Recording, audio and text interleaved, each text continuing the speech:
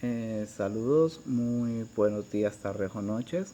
Yo soy Joelman Alejandro Rey y esta es la tarea número 2 del segundo parcial, en la cual se me muestra como mandato hablar un poco sobre lo que es el diagnóstico rural participativo.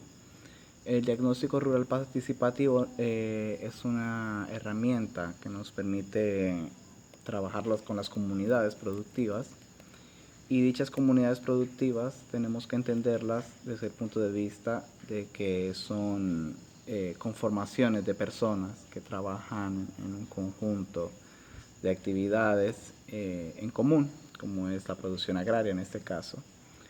Hay que entender que cada comunidad tiene necesidades diferentes y de que las mismas se tienen que abordar desde sus perspectivas, o sea, tenemos que trabajar con ellos, tenemos que ver sus situaciones, pero desde su punto de vista. ¿Para qué? Para que ellos se puedan poner de acuerdo, para que las comunidades, líderes sociales, amas de casa, entre otros, así como colaboradores, puedan ponerse de acuerdo en las tareas y objetivos que se deben plantear. Y para podernos plantear esos objetivos, entonces tenemos que ver las necesidades. ¿Y cómo vemos esas necesidades? Bueno, pues a través del diagnóstico rural participativo. Esta herramienta entonces tiene tres fases principales, que son el transecto, que es una caminata que se hace por la comunidad, no dura más de 2 horas y nos permite conocer los aspectos físicos que inciden sobre la comunidad en cuestión.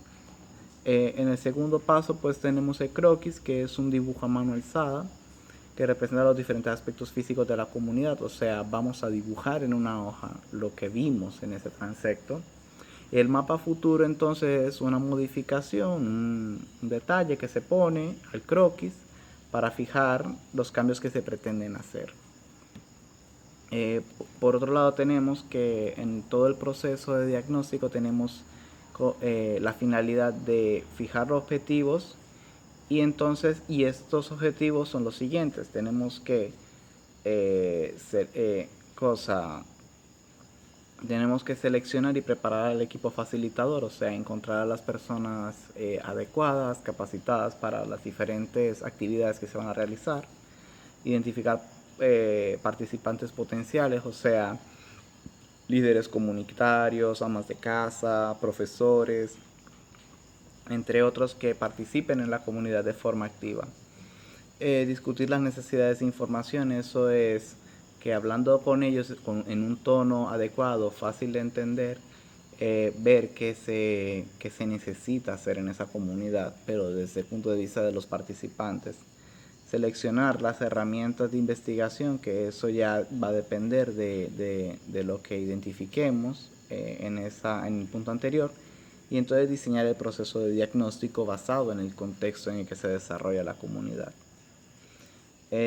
Por otra parte, entonces tenemos que pasar a las técnicas de entrevista, la preparación de las preguntas, los métodos para verificar adecuadamente, las técnicas de muestreo y los métodos de entrevista en grupo. Por último, tener en cuenta como recomendación en ese proceso de diagnóstico, evitar las preguntas dirigidas, utilizar los 6 auxiliares, que son el qué, el dónde, el quién, cuándo, cómo y qué. ¿Por qué? Porque eso nos va a permitir tener una comunicación más estratégica y efectiva con la comunidad. Eh, Preguntar sin detenerse cuando el entrevistado contesta, o sea, evitar justamente el pausarse, o sea, el tener el o, cuando, o, evitar ese tipo de expresiones para demostrar más confianza. Emplear los nombres autóctonos, ya que, o sea, los nombres locales, por ejemplo, trabajamos con plantas, con especies, vegetales, animales, y ellos tienen sus nombres propios, así que tenemos que utilizar esos nombres adecuadamente.